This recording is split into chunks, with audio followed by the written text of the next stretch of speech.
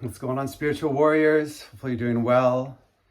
I just thought this was a real pragmatic experience for me when it comes to letting go and asking for guidance from a spiritual source. So, as I mentioned before, we were thinking about making a move potentially to Calgary, and we were going to make an offer on a unit that we really liked, and it was actually owned by the bank. So I guess somebody had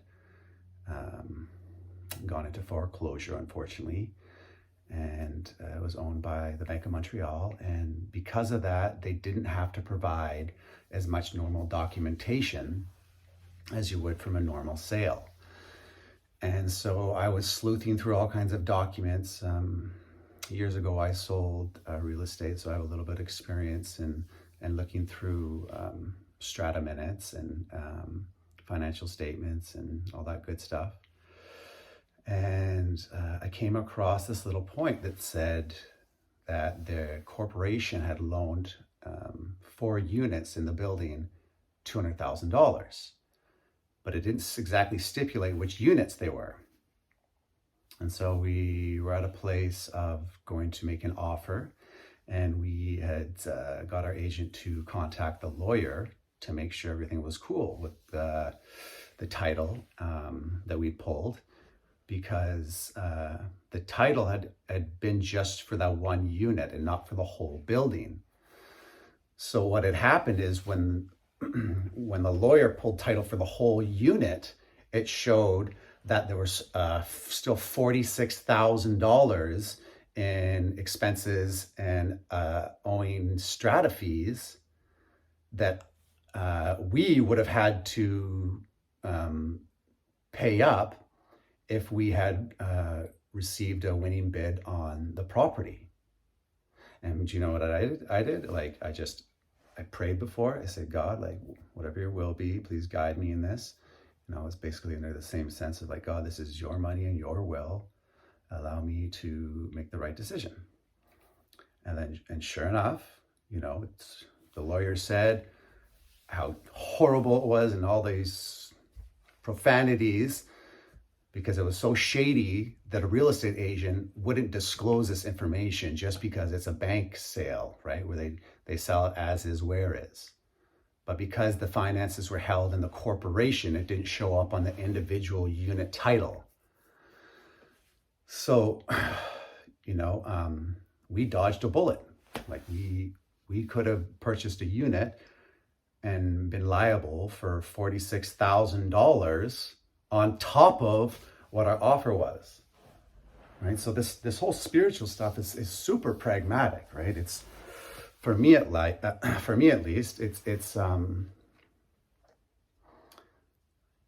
the truth, the way and the light, right? This is the easier, softer way, because for me, what I want to do is I want to grab hold. I want to angle my offer in a strategic way, in a forceful way, in a way that I benefit, right? It's all about me. But the reality is it's not about me. I should ask God, what is fair? What is right? What can we afford? And more is revealed, right? I included my higher power in the decision, and I was rewarded with clear and concise answers. And so what we've done now is we've made an offer. We just signed off on another offer you just put in on a different unit, right? And once again, it's you invite whatever your spiritual connection is, whether it's inside, whatever. God, what is your will here? Please be with me as I use the money that you provided for me and my partner to potentially make an offer. Allow your will to shine through, right? Guide me. And then I don't have to be at this place where I'm trying to manipulate and force and, do what we call in recovery, the self-will run riot. And I feel more grounded, right? There's nothing worse than staying up all night, trying to calculate or pretend to calculate all the variables involved in decisions we make in life. And so when I'm following this spiritual path and always trying to be at a place where I'm keeping myself clean and in the sunlight of the spirit, answers can come to me. But it's my responsibility to be seeking that power as guidance and keeping myself clean so I can hear those answers, right? Instead of being the typical bull in the china shop. So yeah, sometimes, for people in recovery, it's really hard to get pragmatic answers around what, God working in your life looks like outside of,